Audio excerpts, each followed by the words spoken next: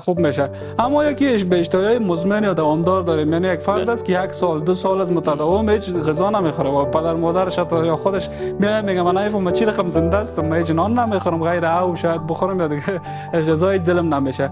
این علتای متفاوت و زیاد داره که اول علتش میتونه امراض هورمونی میتونه باشه.